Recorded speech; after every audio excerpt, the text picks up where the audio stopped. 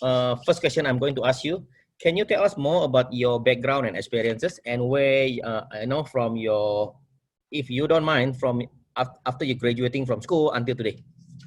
Yeah, Okay, all right. So I have not introduced myself. So let me do a quick introduction. I'm a local born and bred Singaporean. So I go through the poly route, I go uni, and I actually work at the end user IT environment. I started out as a system administrator, specialized in DBA subsequently. Has been involved in many technical roles throughout the years, tech leads. So I'm actually doing architecting very early in my career, but at that time, people don't call it architecting. They call you a design, you are a tech lead. Then I progressed for that. I work in SI, government in various roles.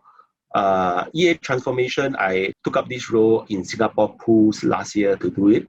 And actually, I have a very enjoyable time because architecting and whether it's technology based or non-technology based, working out solution is actually what I'm driven to do. I'm very happy to be able to do it, and I see myself staying in this domain for many years to come.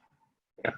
Right, great. So maybe want to get the insight from you. I believe prior to this current experience in the last 2 years, you have, I mean, like just now you mentioned you've been doing design, architecting, or etc. But what do you think key differences between what you did in the past and what you are doing now in terms of the architecture? Because what happened is that I believe some of them also will be asking, will be having this question because they said, oh, architecture is what I define, and many people have different views. So what is your personal experience? So there's two parts. So what was I doing a few years ago versus what I'm doing now? So a few years ago, my architecting is mainly focused on technical architecting. And currently, I'm focusing on both technical architecting as well as enterprise architecting, looking at the process flow of time of things. I think the key is architect do not have all the solutions. I do not know everything. I'm leveraging on a lot of people, and we are getting business knowledge. We are getting technical knowledge for all the various groups, and based on what we know, and based on what we know of the organization goals and drivers, we are designing and architecting a solution, a business process, or technical solution for the organization. So the perception that EA is a technical architect or they know everything, that's not very true. We are the glue that gel everything up together for the management to see. Yeah.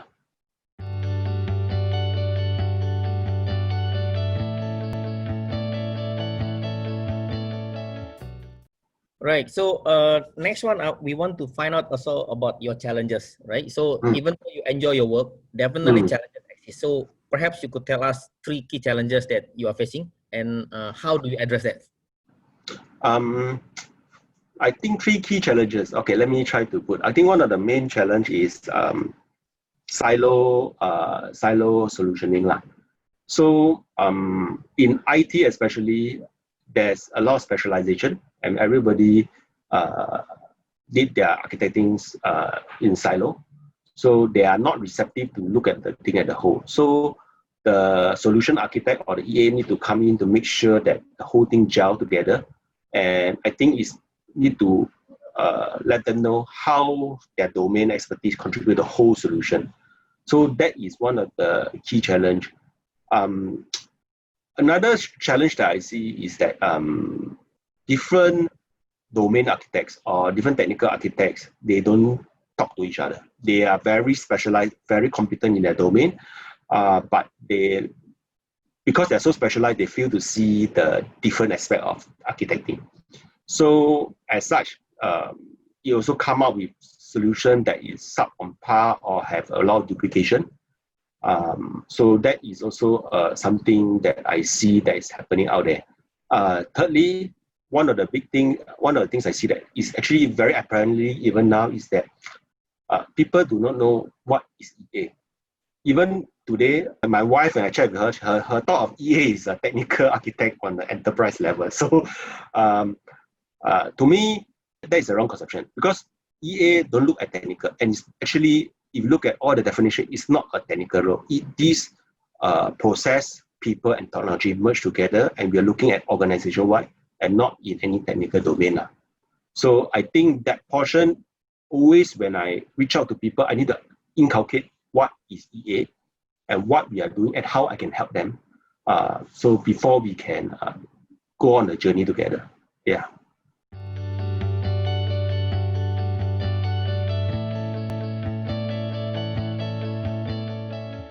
What do you think the best way if you want to encourage someone, or perhaps you want to expand your team, if you have a limited so-called to hire from external? Because hiring external people with the ready skill architects are very rare. That doesn't mean impossible, but very rare. But I think that's why Singapore Computer Society we are trying to fix this.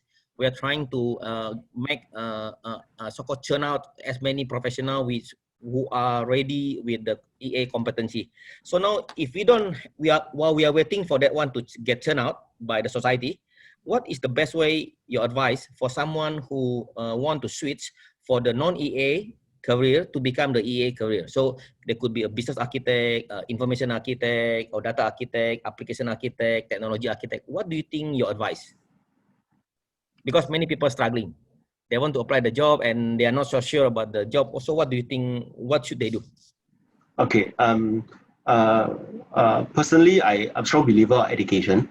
So I have done a lot of education after my graduation. So first of all, you need to know what's EA, what's technical architect, what's the difference, and you need to get yourself educated on knowing the difference. After you know the difference, based on your experience, actually you realize that actually many of you are actually doing some form of EA one another. And with the knowledge gained in the course, you can go for a job. But of course, there's two types of people. So there's first type, which is technical folks like myself, who has been in the technical industry. So those people will be suited for the technical architect with enterprise architect part-time. So remember that not everybody is a full-time EA. So there's many of time we are double heading. So I myself is an infra architect, but I'm also an EA. I'm also double as a solution architect as well. And for those who are not technical, another path is that EA is actually not purely technical. I reiterated a few times before. There's business architect, there's information architect. We are looking at a business, how business is run within the organization, how we can streamline the efficiency of business. So those will need people not from the IT, but with maybe process-oriented and business-oriented people, and those can look up the path of EA as well. So yeah, but of course, you ask me if a fresh grad want to be a BA, I think it's a bit difficult because you need to have certain, have worked in the industry before and know what, have seen what the industry like before he can embark on it. But education is the key. And with that, you can start.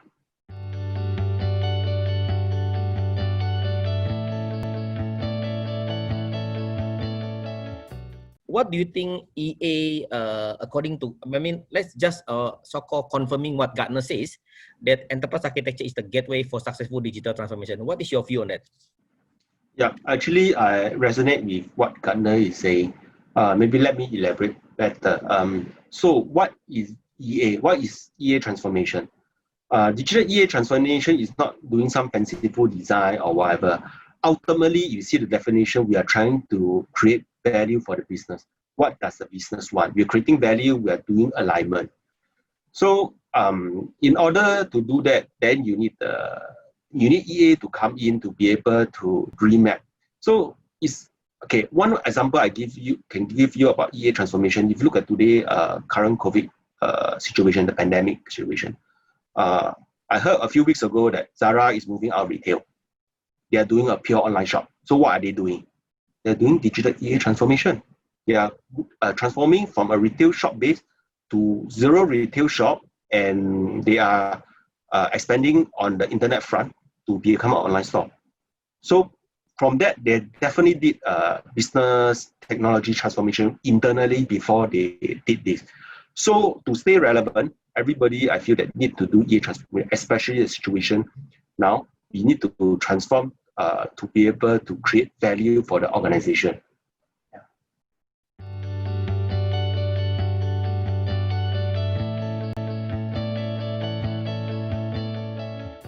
perhaps we want to know about the experience or the insightful of Nelson experience in terms of the leveraging on the Archimedes to create a digital twin and how that can help an organization moving forward. Okay, so previously, prior to using Archimedes, we are doing our own architecting in our own tool, some in visual, some in other tool. And the issue is it cannot correlate.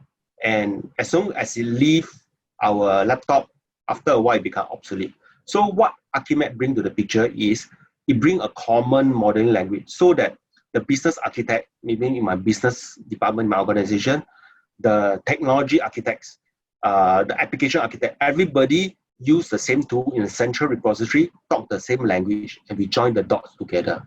So when we do it, we are joining the dots from business to application to data to security to technology. We're joining everything together, and we can see the impact of one have each other holistically.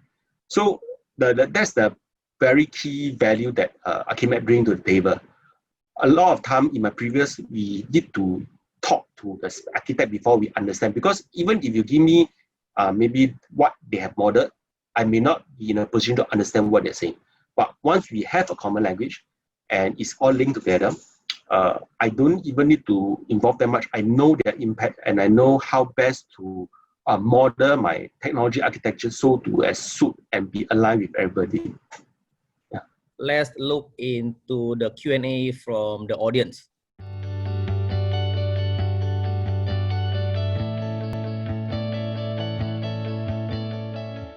What is the basic skill set or experience required to become architect, whether EA or solution architect or specialized architect? I think this is something similar with the question I asked Nelson earlier. What is his advice for someone who want to switch career to become architects? Okay, perhaps Nelson want to reiterate what you have. Okay, thanks, Aaron. So maybe I will just reiterate. So basically, there's a few, I presented 3 types of architects. There's technical architects, there's solution architect, and enterprise architect. So technical architects mainly is more from IT perspective, because there's a lot of technical domain, whether application, infra, or other things. But they could also be non-IT related business architects and data architects. And those, so the role of EA actually is open to IT and non-IT. However, to become an architect, you need to know what is EA all about, and not to have the many misconception that people have in the industry about what EA is.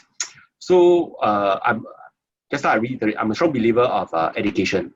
So get yourself educated, know TOGAF, then with the enabled skill set, you'll be able to look at digital EA transformation from an organization, whether it is a technical or a non-technical role.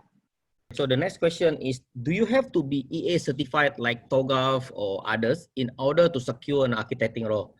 Well, let me just give you my perspective, my experience. You know, I've been practicing architects for many years. Until I remember in the year of about 2011, yeah, 2011, about 9 years ago, right? So 9 years ago, I went to Hong Kong and meet up with the group of architects there. Then when I share about talking, presenting, everything okay. Until during dinner time, they asked me, are you a TOGAF certified? I said, no, I'm not TOGAF certified. I said, sorry. If you're not TOGAF certified, you are not qualified as an enterprise architect. Well, how do you feel about that?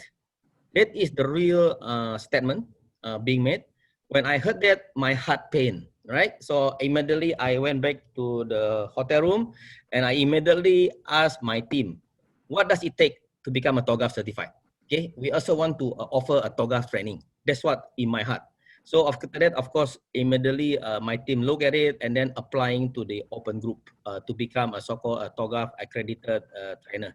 Then, of course, one of the criteria is that I need to pass a TOGAF training. But, you know, it's very hard for me to attend a TOGAF training. But, you know, I told them that, can I do self-study? They said, it's very tough to do self-study. I said, never mind. And I remember at the time during Chinese New Year Eve, so only like, I didn't know about what the TOGAF question about. So I booked the exam, is the right after Chinese New Year. So basically Chinese New Year is like, I said, I don't go anywhere. I want to study TOGAF. Okay, so I did my study, and fortunately I managed to pass the TOGAF exam. So I got level 1 and level 2. So level 1, because it's the multiple choice, right? So my memory is not that good, so I got 70 plus, fine. But the level 2 is multiple choice, 8 question, so question 1 to 8. So every answer actually is ABCD, right? So they got the first correct answer, you got 5 points. Second correct answer, you got 3 points. Then the third correct answer, you got 1 point. And then the fourth correct answer, you got 0. So in order for you to pass, you cannot choose the second best answer, because second best answer, you will not pass the TOGAF exam. So, you know, you need to pass at least a score of the 27, I think, or 28 point. But fortunately, I got full mark. I'm not boasting, but I never attended any TOGAF training. I self-study, so I passed. Then after that, immediately I want to apply as a trainer. So it's like, wow, I never attended any TOGAF training. So I sit for the test. So the level 2, I got full mark. Then after that, I want to apply as a TOGAF trainer. So fortunately, the people in open group recognize me. So they know, they have heard and, you know, my involvement in the industry. So I just have a simple interview with them, right? So I said, okay, we will let you, because we let you as a trainer. Then from there, I've been teaching TOGAF, I think, 100 times back then in the 2011 until 2015-16 lah. So I almost teaching TOGAF 100 times across Asia Pacific. Of course, in all the country like Indonesia, Malaysia, Singapore, Hong Kong, and etc. So yeah, after that, of course, we got now a trainer teaching. So, but interestingly is that, you know, industry or people are very, very, what do you call it? It's not stereotyping, but if you don't have the certification, even how good you are still not qualified to sit on the table. Okay, so the answer is yes, it is, because otherwise nobody want to study. What you can be study, but you don't have the degree, you don't have the master degree, and then, you know, we cannot get the job, especially the society that we are living in today. So hopefully that answer your question. So the next one is about what is the career progression of EA in an organization. Maybe I would like from Hogwan. So maybe Nelson can help me. What is you think about the career progression of EA in an organization? Of course, EA, okay, maybe personally, I start out as a technical architect, then I do solutioning, and now I'm an EA lah. So where do I see? I mean, in many organizations, you also have a chief architect, which oversee the whole thing. So there's a lot of things that you can do. And EA is not just about going up the rank, it's also going up the breadth. So you see, we got a lot of architecture domain, and I'm only specialized in one. There's many other different architecture domain to go. As a chief architect, you actually need to know all the architecture domain relatively well to be able to do so. So I will say that there's still a long way to go. And many organizations have a lot of opportunity for EA right now and chief architects, or something at the management level, which require the architecting skill for business transformation. So I believe there will be more and more demand, especially with the need for transformation in the current business climate right now. Next question is, but where are the job for PMET? We won't get even past human resource even if we are skilled. I'm not so sure about the rest of the profession, but let me assure you, in terms of like architecture is still in the high demand, because as I mentioned that actually we have done a study. Many of the architects, if you see in any big company, normally are import professional, because it's very hard to groom locally. So, you know, like very hard to get many Nelson in our country. So that's why we need to get going. We run the program, we create the awareness so that our local architects can also impart or better than the import one, because yeah, that's the reality of life. As you go to any of the big organization, all your chief architect are typically import professional. But we are, I mean, it's not that we against them, but we are trying to groom our local talents in terms of the architecting the enterprise. Yeah.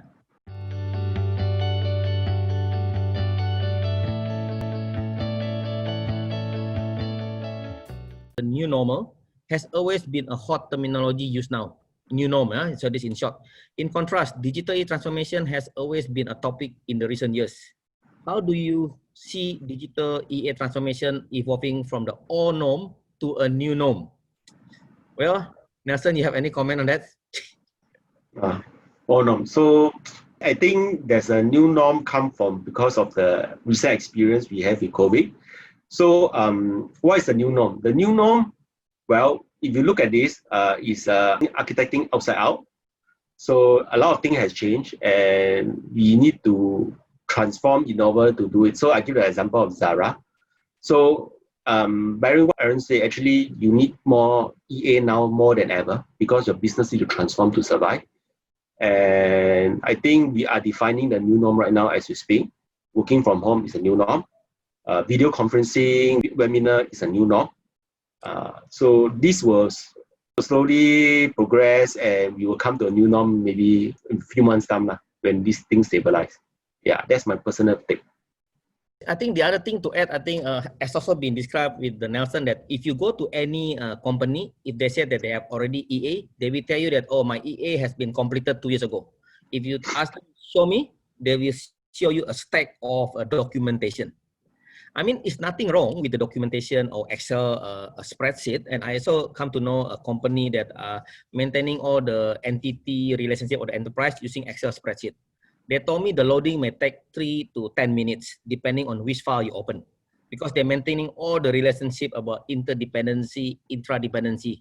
But now we have what we call it a digital platform, digital EA platform that allow us to configure the so-called the meta model, allow us to do everything analysis in the digital form.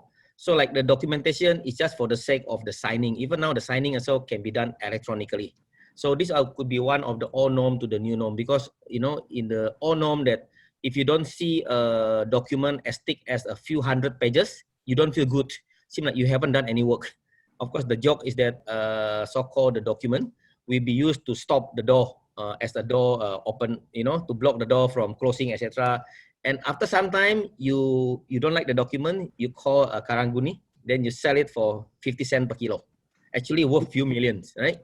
So now the new norm is everything digital. Everything is do it in the collaborative way. I hope I answer that, Jijan. If not, please comment again. So we continue to the next question. The next one is, how do you structure the enterprise? Do you have a domain model in place? This difficult question, I will let Nelson to answer. Nelson, Okay, so just now actually I've shown you a slide. So typical EA architect we structure into the few key components. There's the business architecting, there's application, there's data, and there's technology. So all these are different technical and non-technical domain that we structured to do our architecting lah. So based on TOGAF, this is the one that we are doing right now, and we will continue to use it as a reference model for our architectural work lah. Okay, let's move on into the next question to Nelson. Maybe this one is a very short question. What do you think about do and don'ts? Okay, that you could share with the audience on your so-called enterprise architecture journey. Do and don'ts, right? Do and don't. Maybe you Okay. limit it or Okay. less, doesn't really matter. What? Okay, do know what EA is about. That's very key. Don't think you can architect all by yourself.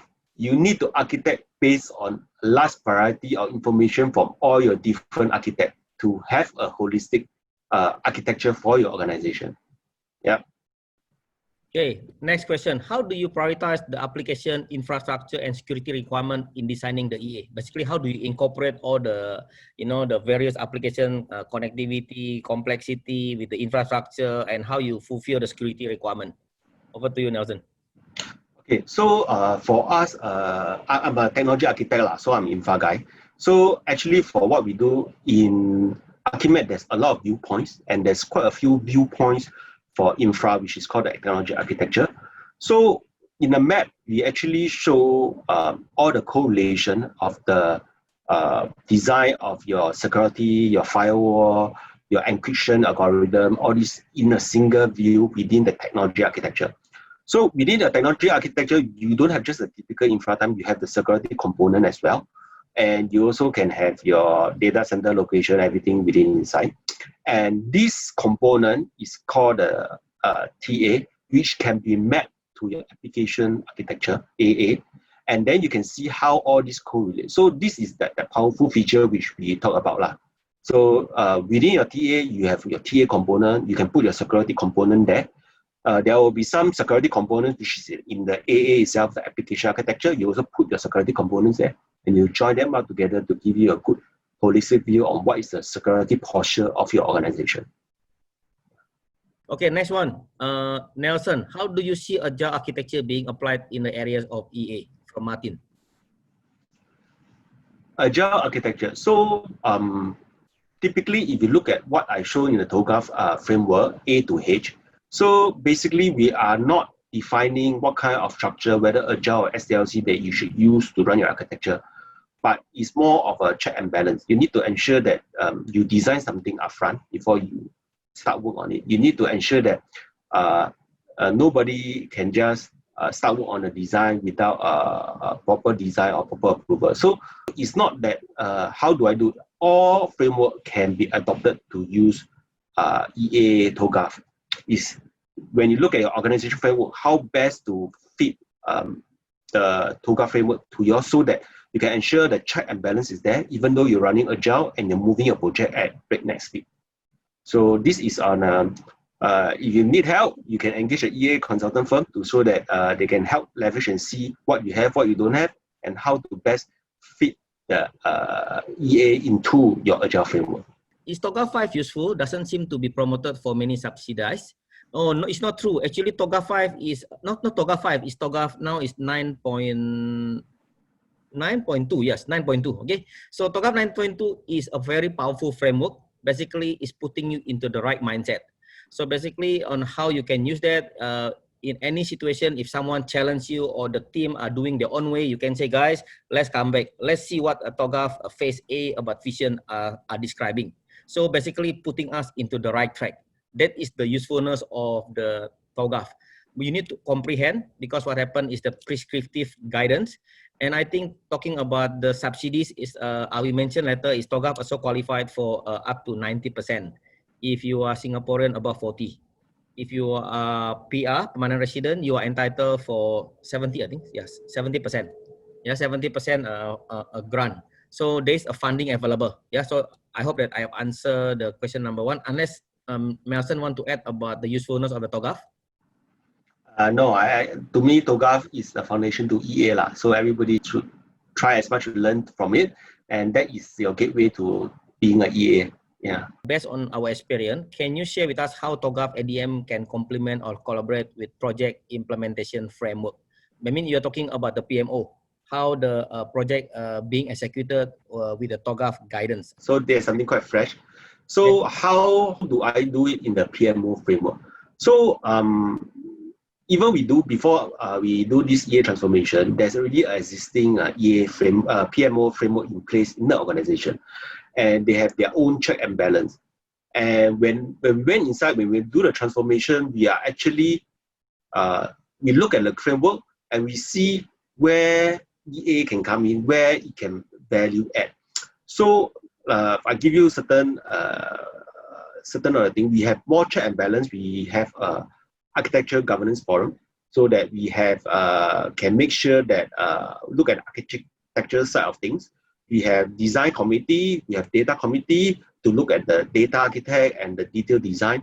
So this is the thing that's in place to make sure that architecture design is catered for. So depending on what is your current PMO framework, this can be matched to see. So you're not trying to disrupt your PMO framework and increase so much check and balance until you fail to deliver your project. We are trying to complement to help you to deliver something so that holistically is what the organization needs. Instead of architecting for the next requirement, you are architecting for the whole organization with the end goal in mind. Yeah, that's the value. Okay, so let me just get back to the question before that. How can we attract stakeholders? Basically, how do we get the buy-in from the key stakeholders in doing EA adoption? So of course, now they got two approaches, right? Either we do top-down or the bottom-up. But if you go bottom-up, it may take forever because it's very hard. You have to break through multiple layers in the enterprise and then political layers and etc. So of course, the only way to do it right is to get the top-down. The top-down means we get to the key stakeholders. But in order for us to so-called get the buy-in from the key stakeholders, we need to plan the strategy. So basically, we need to find an opportunity, could be so-called a moment or incident that happened. Then after that, we can highlight that actually we need this. That's one of the way. Okay. Second of the so-called method is that typically all those people in the senior management, whatever you talk to them, whatever you mention to them, anything good, right? When they hear it in their office in Singapore, they said not true. They said, okay, Nelson, just do it. Yeah, don't bother me. Because they are being bogged down by so many issues at hand. So, it doesn't work. So we need to find a conducive avenue or environment that for us to share with him. Okay, if you can't do that locally, we have to bring them overseas. So let me just share with you our actual experience. Okay, so this one we have one guy. This one actually he's trying to get support from his CEO. Okay, so his CEO is a lady, so he's trying to convince the CEO lady to support this EA. But he has been trying many rounds, but somehow the CEO just leave it to him to decide.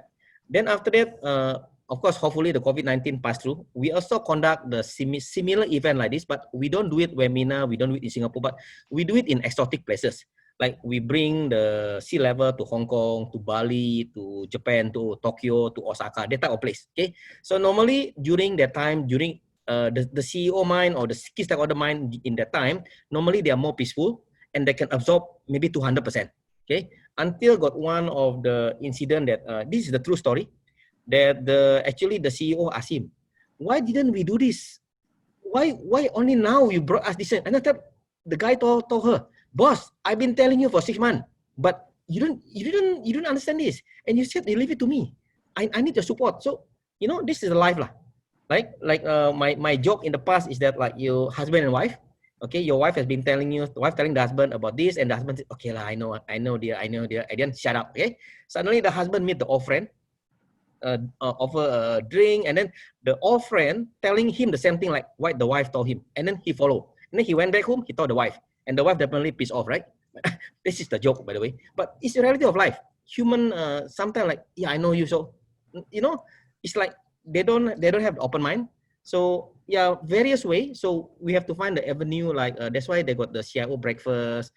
We also host like chief architect breakfast, whereby actually we are inviting all the key stakeholders or senior management to get them to understand about all this, the need to adopt or establish EA in the organization. So I hope that answer you indirectly, right? Because there isn't any direct answer to this depending on your environment. Now let's talk about wider audience, about the nation, okay, in Singapore, right?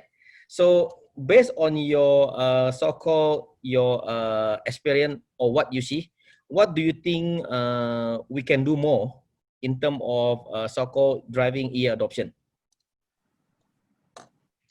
Okay, first, I think it's good that we have this sharing forum SCS is conducting, so that we can share what EA is about and what can be done. So one of the things that we should continue to help to educate EA is that I see a lot of people thinking EA is pure IT, which is actually not the case. Many of the time when I do EA, even though when I'm technical, there's a technical solution out there, but I see that tweaking some business process net me a much better result than building or architecting a solution for the business user. So I think to drive this EA adoption, we need to really educate our organization, educate people what EA is about and what it can do, the value it brings to the table. Especially now when everybody is seeing rate because of the economic crisis, it's a very good time to do EA so that the organization stay current in the new normal.